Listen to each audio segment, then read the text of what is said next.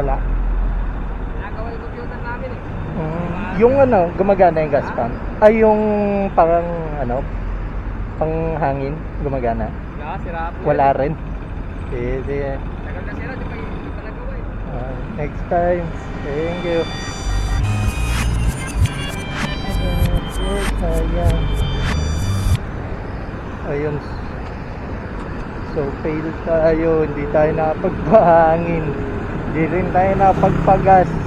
So ang uwi natin nito is talagang Petron. Hindi naman tayo nakapagas.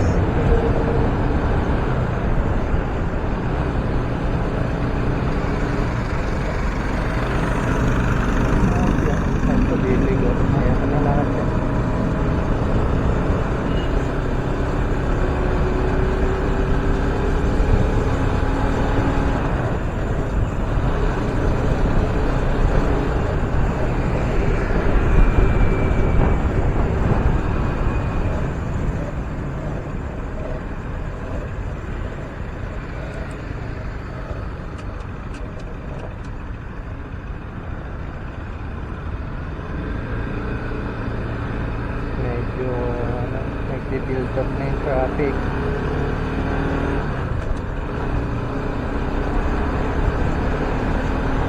So, kasi dito magpagas sa shed din, medyo namamahalan namin. Pero abot pa naman kasi 3 bar pa tong ano ko yung gas ko eh. Ayoko lang talagang ano, madali mamaya magbiyahe tayo, hindi ko mapansin tapos na yung gas ko. Kaya every time na nagtitiriba na pinapagasan ko na talaga.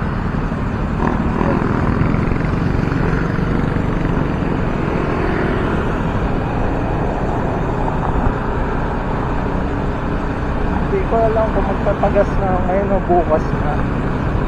Pero kahit bukas na siguro, kaya naman itong 3 bar.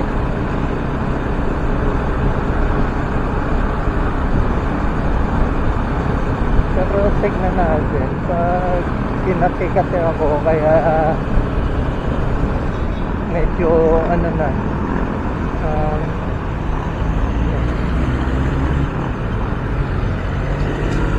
pag napili kong gusto magpagas baka magpagas ako or pag hindi masyadong ano, traffic doon natin tignan. Hirap naman eh, mamaya titigil ako tapos mga ilang minuto lang traffic na. Kaya gusto ko sana kung kaya pa naman bukas na magpagas. Pero itong gas ko kanina pa to 3 bar nung galing pa ako ng ano, bahay. Hindi na siya nabawasan.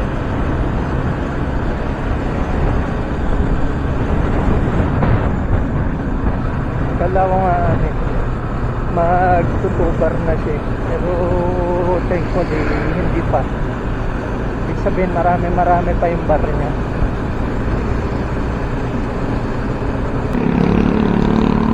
Medyo pagod ako eh, kaya gusto ko nang umuwi. Kung sana daanan yung girlfriend ko kaso ano talaga parang inaantok na ako eh. Gusto ko lang matulog ngayon.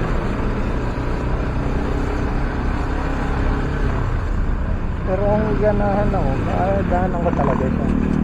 Hindi naman malayo yung bahay ko doon sa ano niya, sa work niya.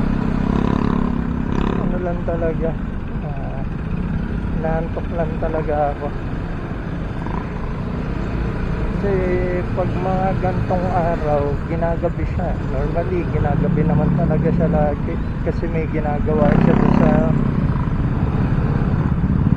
ano nila, sa work.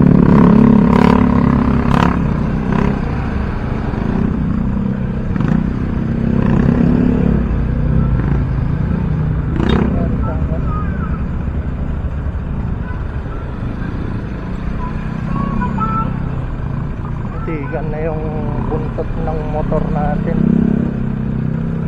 Buti ano, attentive yung driver. Saka medyo may agwat naman ako sa kanya. mabilis yung abante niya, baka tinamaan talaga tayo.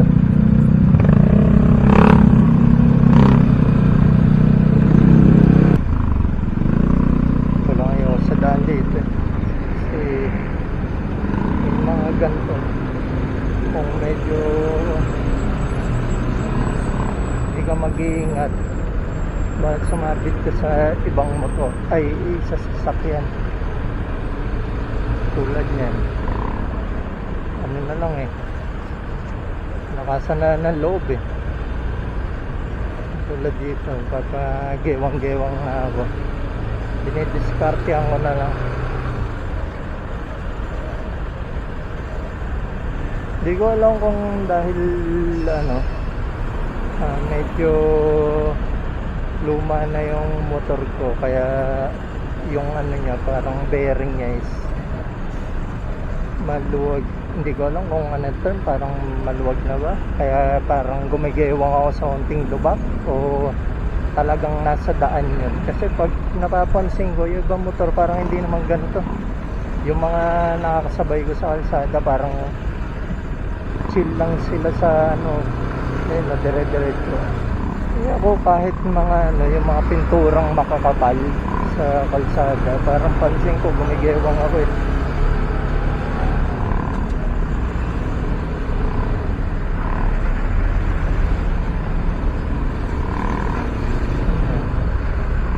Ingat-ingat lang. Sumasat yung maliit ang binibigay sa atin daan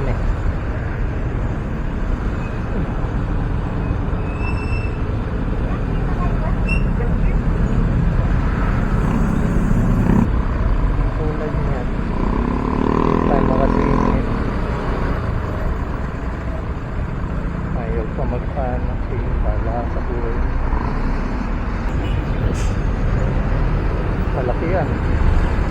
Buti napansin nyo, nantigan na kayo.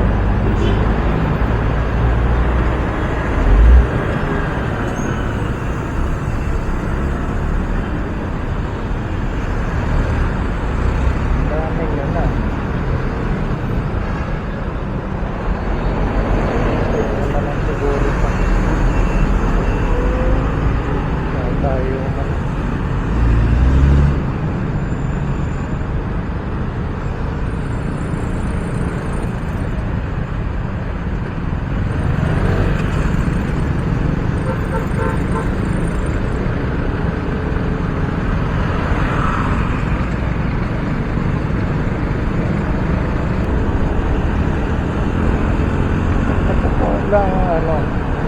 wala naman talaga akong abag masyado sa motor.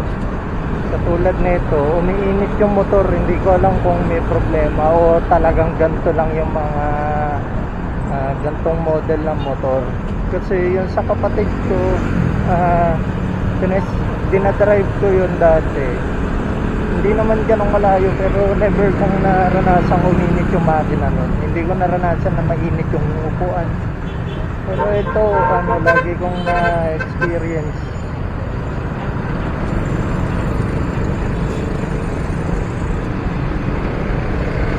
Hindi ko alam kung bakit ganito.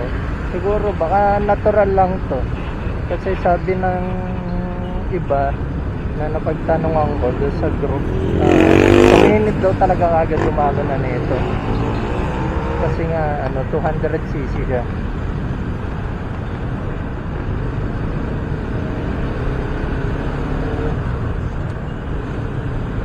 And siguro kasi wala siyadong sisingawan yung hangin. Pero hindi ko pa rin sure kasi yung coolant nito simula nung pinili ko, isang beses ko pala napalitan yung coolant nito, yung para doon sa niya, yung pan, yung sa radiator. Tapos yung change oil naman ngayong taon parang isang beses pala ako nagpa-change oil, so hindi ko talaga sure.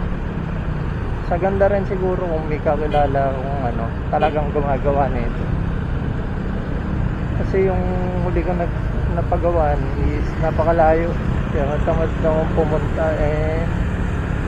ano, medyo pricey yung paano sa kanya pa-check up. Kaya gusto ko sana ay malapit lang, yung nakakalam ng gantong motor.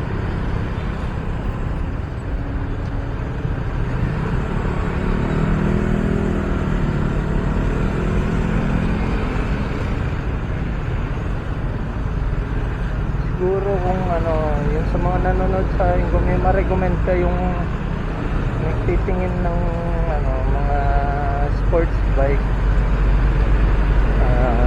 na malapit sa Commonwealth, i-comment nyo lang.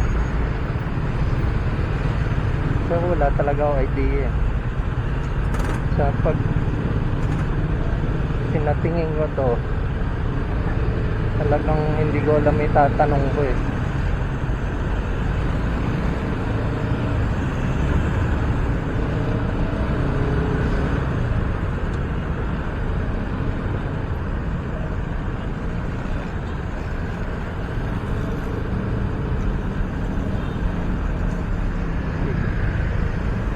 First na lang siya.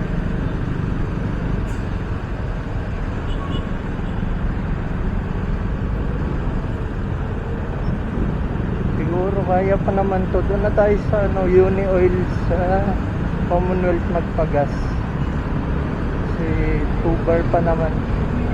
And sa experience ko, 3 bar nga hindi nabawasan eh. From bahay to ano eh, Project 4. So feeling ko kaya naman to.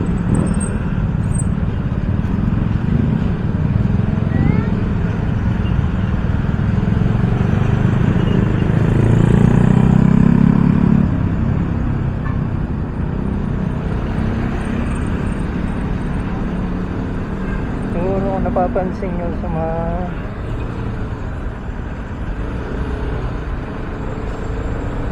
previous video ko, bakit lagi akong nasa likod ng mga sasakyan, kasi hindi talaga ako mahilig sumingit. Bihira akong sumingit talaga, as in yung mga ganyan hindi ko sinisingitan. Pag sure ako yung tipong 120% nakasya ako dun ako ganyan, overtake, yung mga ganyan ang ginagawa ko. Pero yan tipong lulusot ka sa alanganin,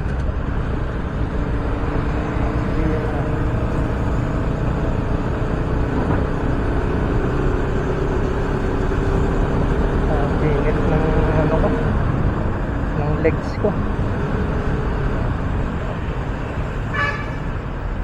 Nung unang uminit talaga tong makina to, akala ko nasunog yung wire sa loob.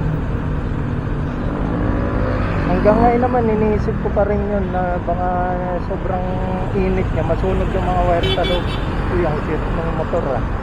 Ano gusto kong motor. Kaso ano siya, semi-automatic. Medyo takot ako sa mga ano, ganyan.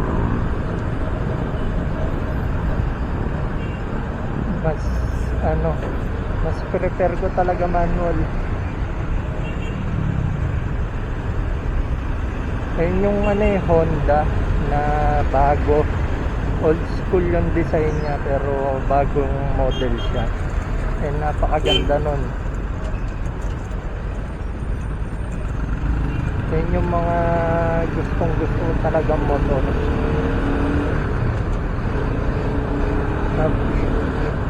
Tapos yung mga Vespa, mga ganun yung gusto kong design ng motor. Mga classic. Dao hindi ako masyadong mahilig sa mga motor na na naked. Itong sports, nagustuhan ko siya kasi ang angas niya rin tignan eh. Saka mukhang malapad siya. Di tulad pag nag-naked ka, nipis tignan. Ako, sumingit pa, hindi na lang pinunod.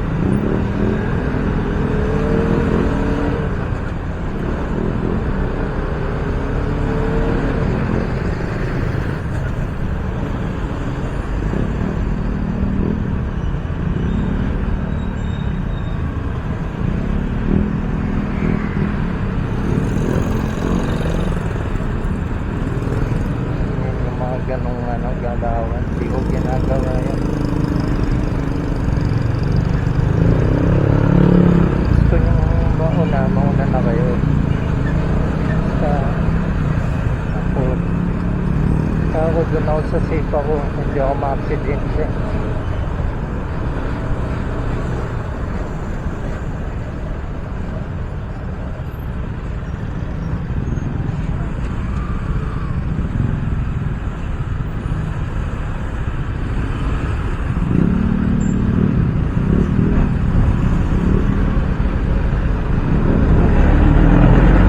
Katulad niyan, madali ka.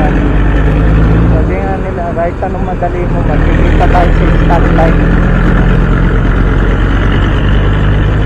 Diba? Inanahan nila ako na nagpatanong.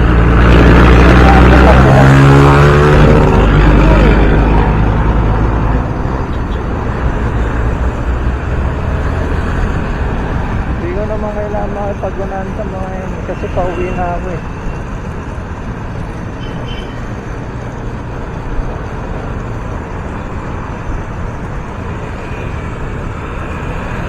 Tulad nito ni Kuya, sila ride lang kami.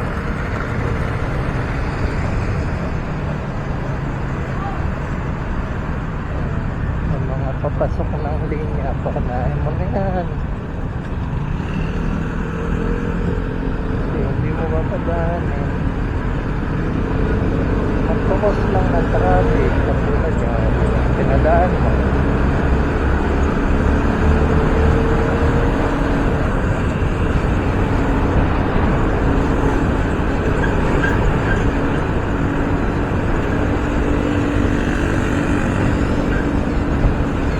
Talaga ng ano ko.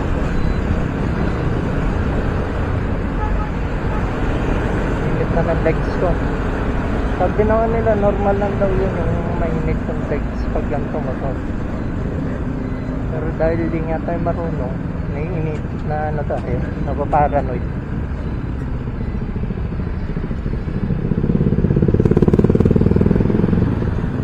Abang-abang muna ulit sa traffic.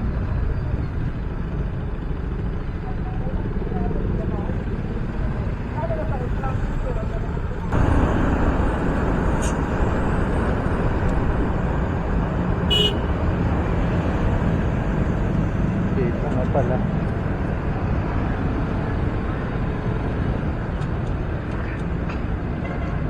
Pagos. Ayan.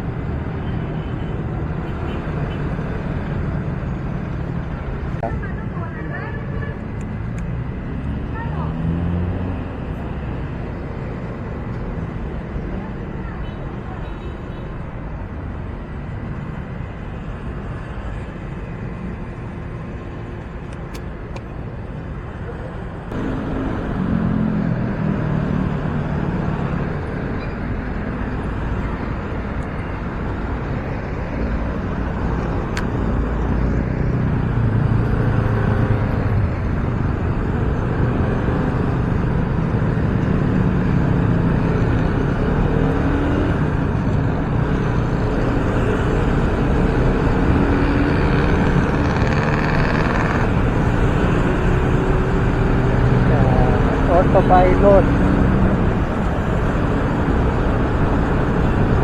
Ayun o. Isang gumigewang yung motor ko eh. Putik na ano to eh. Regroup to eh.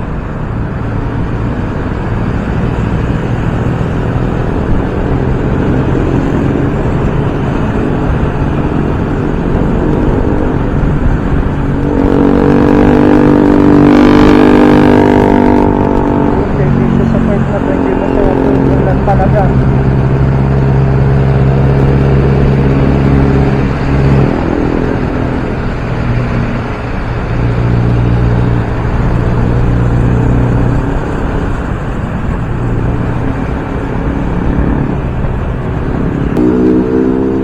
Lagi ko nakakalimutan dito sa motor ko eh. Pag nag-signal light ako, di ko napapatayin.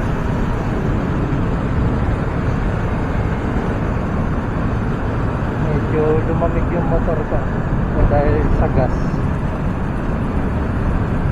Sabi nila dapat daw green lang yung gas nito, pero kasi nasanay na ako yung premium lagi nilalagay ko eh.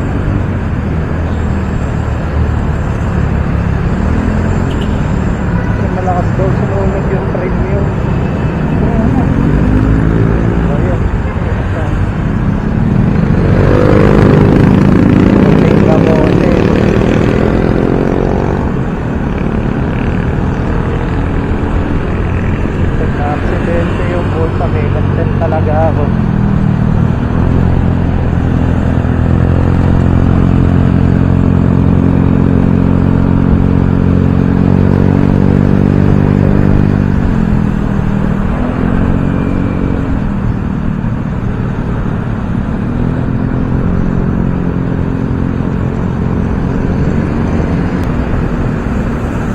masyado nagsasalita kasi nakikinig ako ng ano eh, Cripsilog.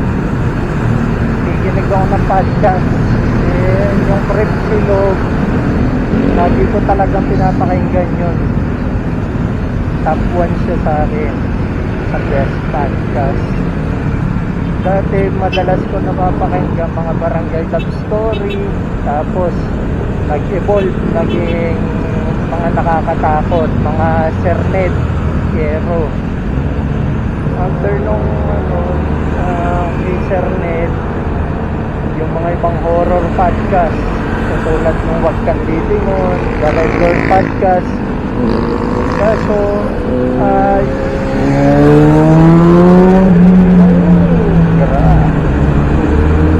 yung The Red Door Podcast is hanggang 15 episode lang. Di ko alam kung ba't di na sila nag-update. Parang siguro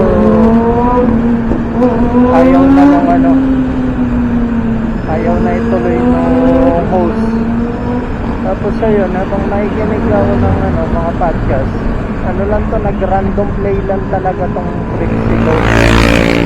Parang nag-random play yung isa nilang episode sa akin. Sabi ko, yung ganda nito, medyo interesting yung podcast nila. Tapos yung host nila, talagang naaalala ko yung friend ko, yung dalawa kong friend, kasi yung isa gantong-ganto siya, parang ang jolly-jolly niya, tapos ang hilig niyang tumawa. Tapos yung isa naman, pag may ginagawang mali yung, hindi naman nagawang mali, pero mahilig siya mag-bang-bang dun sa friend kong isa.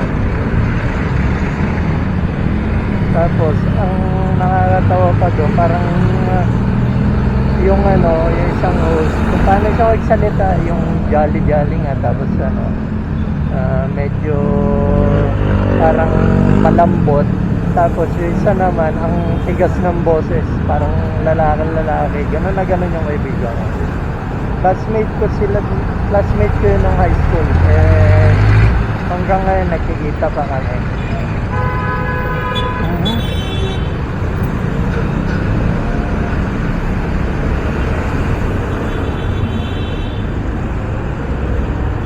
Medyo na busy na lang kasi may mga work, tapos yung sa nag-aaral.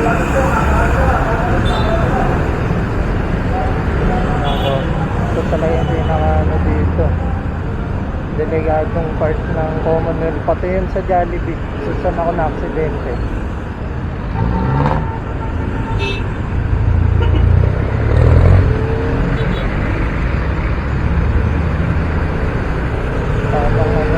Tignan nyo, nandun ako kanina sa motorcycle. Tignan nyo naman yung nilayo ko doon. Ang layo ng nilabas ko para lang makaiwas doon sa mga mga e-bus na yan, pati yung mga ibang sasakyan. Kasi talagang trap yung part na yan. Talagang dyan sila nagka-cut, tapos dyan din sila lumalabas. Pagkatapos nilang mag-cut, magkakat sila ng para sa makakuha ng maraming pasahero. Tapos haharangan nila yung labasan, lalabas bigla yan. So nangyayari, yung isang lane lang dapat na na iniwasan mo, magiging 3 lane. Tignan mo, galing ako motorcycle lane, nakalabas ako ng ilang lane. Almost malapit na ako sa innermost.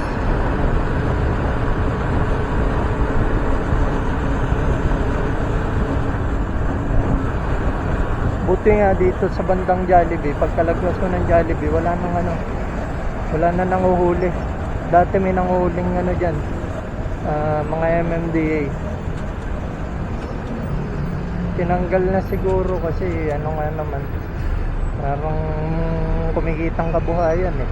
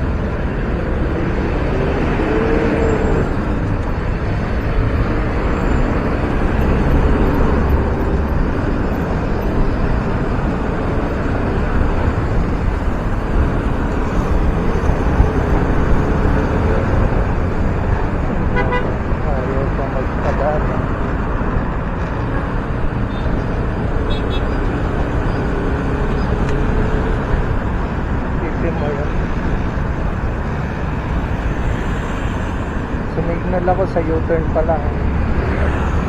Ano na ako nakadating dito.